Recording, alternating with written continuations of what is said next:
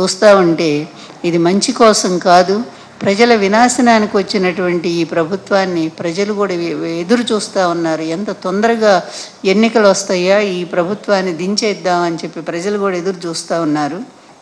2014-19 TDP పాలనలో 17.94 రైతుల నుంచి ఆ రోజు 40,236.91 కోట్ల విలువైన 2.65 కోట్ల టన్నుల ధాన్యాన్ని ఆ రోజు సేకరిస్తే 2019-2024 మధ్య మా ప్రభుత్వ హయాంలో 39.1 లక్షల రైతుల నుంచి 67,906.14 కోట్ల విలువైన 3.53 కోట్ల టన్నుల ధాన్యాన్ని సేకరించగలిగాము. అంత ధాన్యాన్ని సేకరించి మరి ప్రభుత్వం ఎంత ఆదర్శంగా నిలబడింది, రైతులకి ఎంత అండగా నిలబడింది. ఎక్కడ 17 ఎక్కడ 39 మీరే చూడండి. అంటే ఎక్కడ 17 లక్షల మంది, ఎక్కడ 40,000, ఎక్కడ 67,000 కోట్లు. ఇంత తేడా ఉంది ఆ ప్రభుత్వానికి ఈ ప్రభుత్వానికి. ఈరోజు అది కూడా లేనటువంటి పరిస్థితి ఉంది. ఎక్కడ చూసినా అకాల వర్షాలు, వరదలు, తర్వాత పంట చేతికి వచ్చే టైంలో అన్నీ మునిగిపోయి అదొక పరిస్థితి.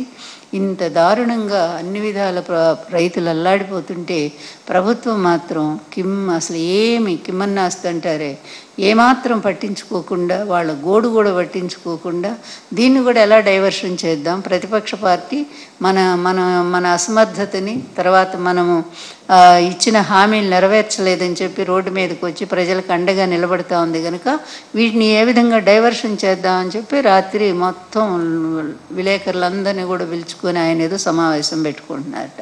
అంత డైవర్షన్ పాలిటిక్స్. సరే, ఇంకో వైపు చూస్తే అక్కడ ఆయన అరెస్ట్ చేశారని తెలిసింది, మన అల్లు అర్జున్ గారిని. పాపం నిజంగా నాకు బాధ వేస్తుంది. ఎందుకంటే ఎన్ని కుట్ర రాజకీయాలండి, ప్రతి చోట ఈయన చేతులు ఉంటాయి, అందులో సందేహం ఏమీ లేదు. ఇక్కడ 29 మంది మన గోదావరి పుష్కరాల్లో చనిపోతే మరి ఇతను ఎన్నిసార్లు అరెస్ట్ చేసి జైల్లో పెట్టాలండి చంద్రబాబు గారిని? ఎన్నిసార్లు చేయాలా? అదేవిధంగా కందుకూరులో దాదాపుగా 9 మందిని చంపేశాడు ఈయన. ఇరుకు సందులో మీటింగ్ పెట్టి, ఇరుకు సందు, అందులో పాపం తొక్కిసలాట జరిగినట్టు తన కోసం జనం విపరీతంగా వచ్చినట్టు చేయటం కోసం, మీడియా కోసం అక్కడ అట్లాగే చేసి 9 మందిని చంపాడు. చీరల పంపిణీలో 3 ఆడవాళ్ళు ప్రాణాలు కోల్పోయారే.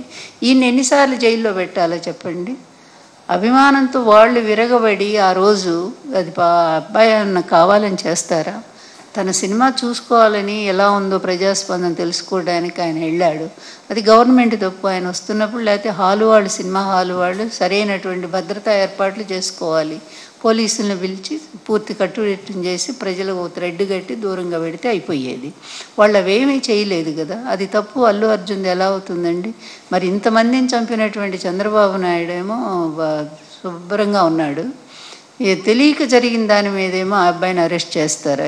ఎంత దుర్మార్గం! ఇట్లాగే ఉంటాయి. చంద్రబాబు అక్కడ ఆయన శిష్యుడు ఇద్దరే కదా, మరి ఇద్దరు 2 రాక్షస పాలనే చేస్తూ ఉన్నారు, ఆ రాష్ట్రంలో ఈ రాష్ట్రంలో కూడా.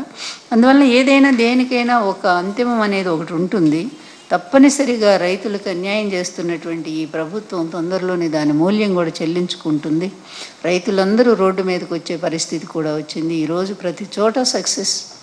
మా మీటింగ్లు ఎక్కడికి వెళ్ళినా రైతులు వచ్చి స్వచ్ఛందంగా రైతులు జాయిన్ అయ్యారు. కానీ ఆ వార్తలు రానియకుండా చెయ్యొచ్చు అతను. ఏం చేసినా సరే ప్రజాస్పందనని ఎవరు ఆపలేరు. కొద్ది కాలం మాత్రమే అధికారం మిమ్మల్ని అడ్డుకోగలుగుతుంది, మీ అహంకారాన్ని నిలబెడుతుంది. కొద్ది రోజులు పోయినాక ఇదే జనం మిమ్మల్ని తీసుకొచ్చి రోడ్డు మీద పడేసినప్పుడు మీ బతుకులు ఏంటనేది అప్పుడు అర్థమవుతాయి.